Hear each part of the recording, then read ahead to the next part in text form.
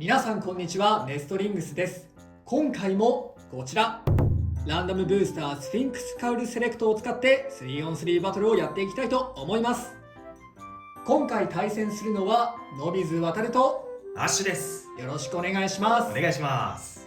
それでは早速やっていきましょう。行きましょう。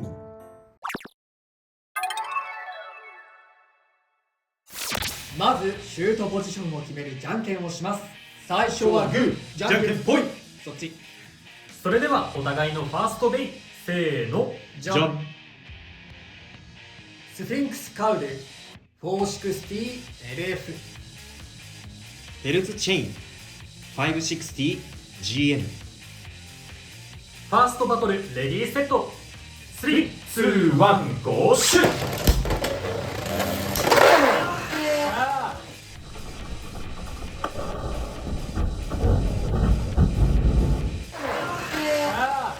オーバーフィニッシュ、スフィンクスカウルに2ポイント。いやー、ヘルズチェインでもしっかりとオーバーできるアタック力は魅力的だね。毎回ここにオーバーしてないか？ GN ね。お互いのセカンドベイ、せーの、じゃん。ヘルズサイズ 980B スフィンクスカウル 360GP。 セカンドバトルレディーセット、3、2、1、ゴーシュッ。いけ。当たらないで。加速しろ。加速しないで。こっからこっち。危ねえ。危ない。怖い怖い怖い怖い。怖い怖い怖いよ。ちょっともうスタミナがうわ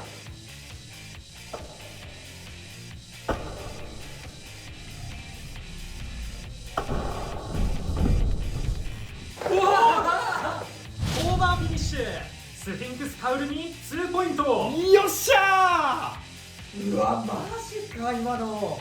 やっぱり攻撃力高いよ最後の一発でこんなに弾くとは俺思ってなかったね。スフィンクスカウルのね、引っかかりもちゃんと利用してたんじゃないかな。本当にそうだね。マジか。お互いのサードベイ、せーの、じゃん。シャークエッジ 360GN ヘルズサイズ 980B。 サードバトルレディーセット、3、2、1、ゴーシュッ。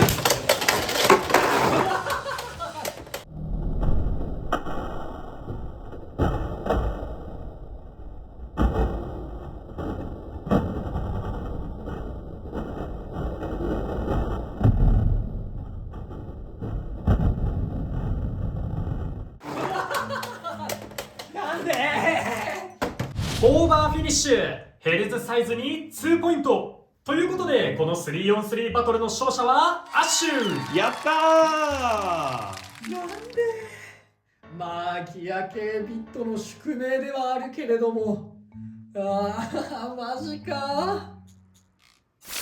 はい、ということで今回もランダムブースタースフィンクスカウルセレクトのパーツを使った 3on3 バトルをやってきました。いかがだったでしょうか。いや悔しいな、最後の自滅。自滅かどうかはちょっとあれだけど、ギア系ビットの悪いとこ出てオーバーしてしまって負けてしまったな。勝利リスクがちょっと多すぎる感もあったね、今のはね。ちょっとヘルズサイズとシャークエッジでバーストするかなと思ったけど、そこはねちょっと耐えられたので、今後もちょっと要検証なところであるかな。そうだね、あれオーバーしてなかったら全然ヘルズサイズのバースト負けあったと思うんだよね。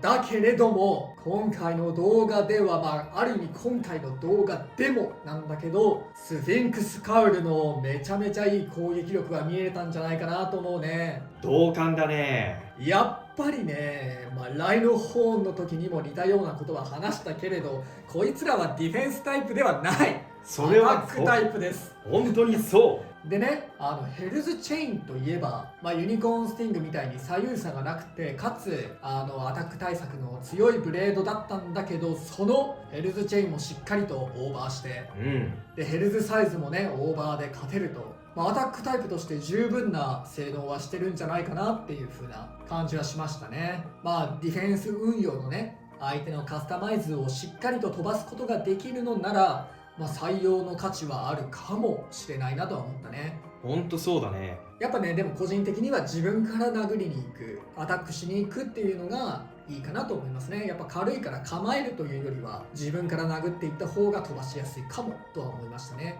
アッシュ最初スフィンクスカールは GL を履いて運用してみたんだけど、ちょっとしっくりこないなと思っていて、それは渡るが今言ったようにやっぱりアタックの方が輝くんじゃないかなって思ったので、今回のバトルでは GP を履かして戦ってみたんだけど、これがねうまくはまったなと思いました。しかも面白いことに、その GP でね暴れ回ってる時のオーバーじゃなくて、そう割と終盤になってから引っかかってるオーバそうー。いやー、魅力的な攻撃力はしてるなと思ったね。ちょっとね最後終盤失速してこのままスピン負けするかなと思ったんだけど、多分9つの刃がうまいこと引っかかって相手を吹っ飛ばしたよね。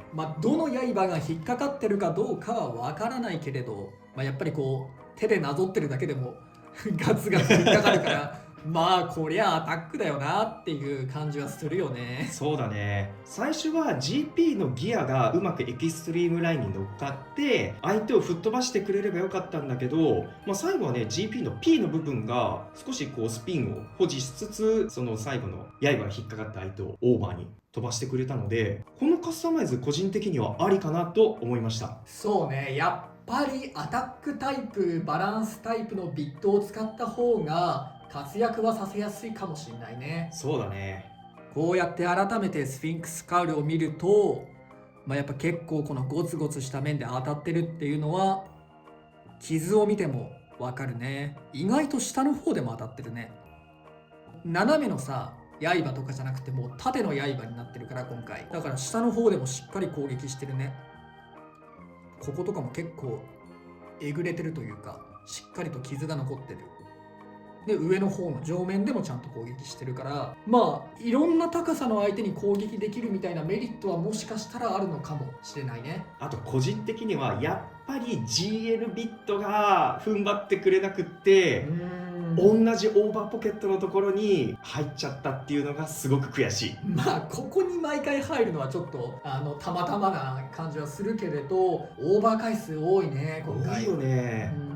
そこはちょっとさすがに多いから、頭に入れておいていいとこかなとは思うね。暴れてしまってのオーバーとかもあったから、結構やっぱギア系ビットでも運用難しいかなと思ったね。俺真ん中でさシャークエッジが構えて、相手に殴られた時にエクストリームダッシュしてカウンターみたいな、真ん中でも戦えるしエクストリームダッシュもできるよみたいな、そういうコンセプトで組んだんだけど、あれ見ちゃうとちょっとなーっていう感じはしちゃうかな。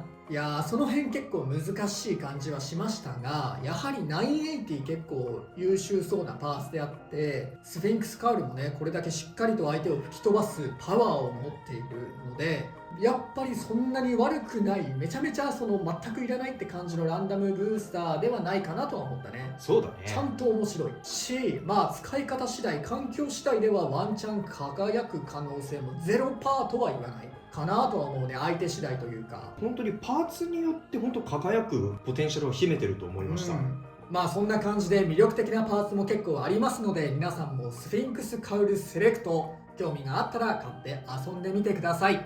ということで、この動画が良かったらグッドボタンとチャンネル登録よろしくお願いいたします。それではまた次の動画でお会いいたしましょう。バイバイ。